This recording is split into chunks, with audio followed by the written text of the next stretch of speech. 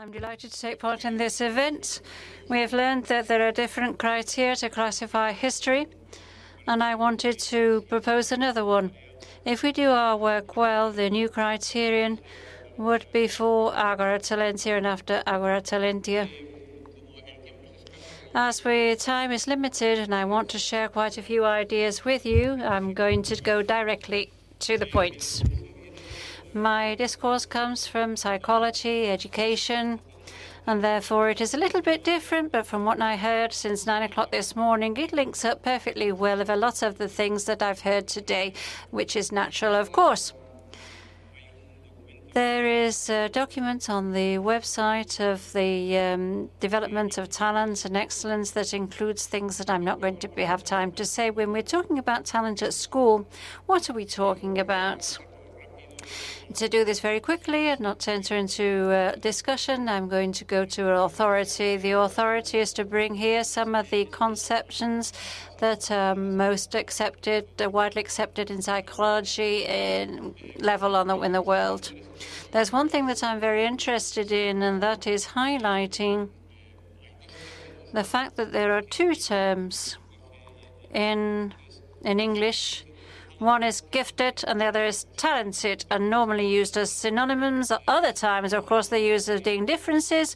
And this has given rise in Spanish. We talk about superdotación, which is a term which is really awful and technically incorrect term, too.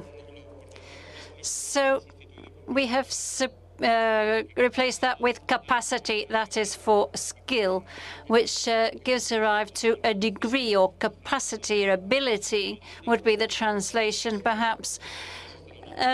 We could be talking about talent or gifted, but when we're talking about a degree of talent, one may measure 180 or over 2 meters, so therefore talent, if we relate this to ability, we also have to relate it to excellence. So the first idea that I wanted to leave here is a person with a high capacity is somebody who shows or has the potential to show an exceptional level of performance in one or more areas. With respect to potential, this is an important idea because the antonym would be performance. One of the successes of education would be to convert potential into performance or get the performance of people to be equal to the potential. The law of habits, Javits, is the framework which is used, and this repeats this same idea. We don't have to read all of this because it is in red, because I think that is the idea that I want to highlight here, so that people with talent or outstanding talent are those who show talent to perform at a high level. So talent in the area that I work is a regulatory term, and this reminds me, maybe a good thing to say this here because there's a time for reflection. There's a lot of blood in the digestive system, and one terms to reflect too much. But this is a regulated term because there are two things. And somebody says, well, how are you? You meet a person. How is your wife? Compared with whom, you could ask. Well, that is the question. Well, we're compared with whom? We've all got talent. Of course, we've all got a certain amount of talent. But we have to know what is our stature, and if our capacity to perform, to act, is in agreement with our stature. That is the intellectual stature in this case.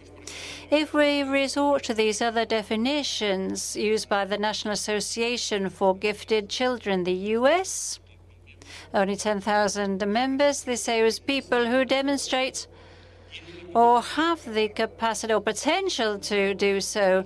And so we have the responsibility to offer them optimal educational services.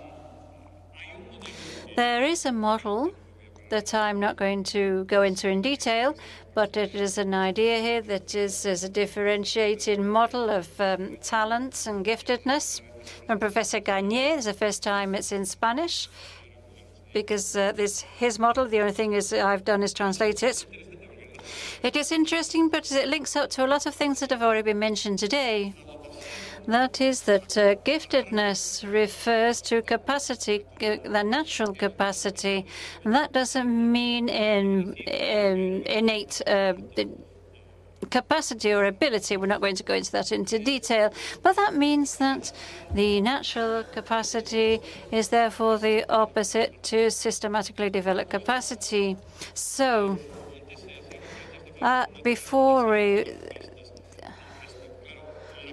the capacity is the raw material of talent. Therefore, the idea is that we must manage to transform capacity or ability into talent. And the understanding this is the projection of one or more capacities in one or more different environments through a development system. And this comes via competences. Here we're talking about talent is 10% or more. But it is important to mention here, and that is the idea that nobody discovers penicillin by chance. You have to be prepared to do so. So I would accept what an old colleague of mine who deals with anthropology says: the only thing that I aspire to at this time in life is to be able to draw the map of my own ignorance. But curiously, to draw the map of your own ignorance, you have to know an awful lot. So when Madame Curie thought that something funny or peculiar was happening on those X-rays in that cupboard, and the cleaning lady or a scholar said, you have people say how badly they manufacture the photographic paper. But if somebody is prepared already, will see that there's something there. And the main idea, the focus is here, is that talent based on capacity or ability isn't developed spontaneously. We have to take action to follow some guidelines, complicated guidelines. But we mustn't think that talent doesn't develop on its own. In other words, and resorting to another argument, these authors are well known in my field, that talents emerge and grow evolutionary. For some, they don't even emerge because there isn't sufficient stimulation in school and the family. Therefore, it is necessary for all of those that are working with young people should see the talents and potentiality as something that can be educated and emerge, and not as something that is permanent and mutable. And this is something what we call superficially occurrences. They're not occurrences. They're original visions that people have when we have done a lot of work behind. There's a lot of effort behind them, a lot of study and library behind them. A preliminary analysis, because if this is the case, obviously from my position that I hold, I say, well, what do I propose here? Well, and where's talent, therefore? Thinking in the educational system, of course. So the students, for the 7 million students, one up, one down. And I don't want you to read this. I don't want to bore you with all these figures because you can't even see it at that distance. But I just want to show this from Navarra. This is the school population in Navarra, and we calculate 5%, and we ask, who is the 5% of the Navarran students, or how many are there? Well, 4,372, one up, one down. What we're interested in is the magnitude of the problem.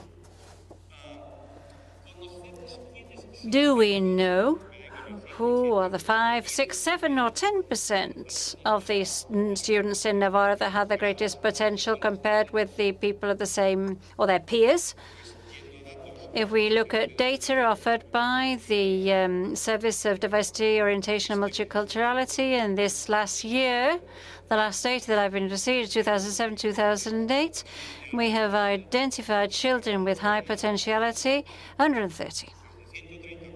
So 130 over 4,000, there's a lot of difference. So the question is, are those children that haven't been identified, are they receiving this intellectual stimulation, which should presumably make their capacities develop and to maintain a minimal interest and enthusiasm for learning, their eagerness to learn, or they just say, Mum, I've got to change and be like everybody else at school. So the only thing we do with this is that the school child, this child adapts to the system. or starts to develop problems and has to there may be abandonment of or dropout because when they reach when they have to make a minimum effort, that's when the problems come, because beforehand they didn't have to make an effort, but when they reach a level of education they have to make an effort, well, they have problems and they don't realize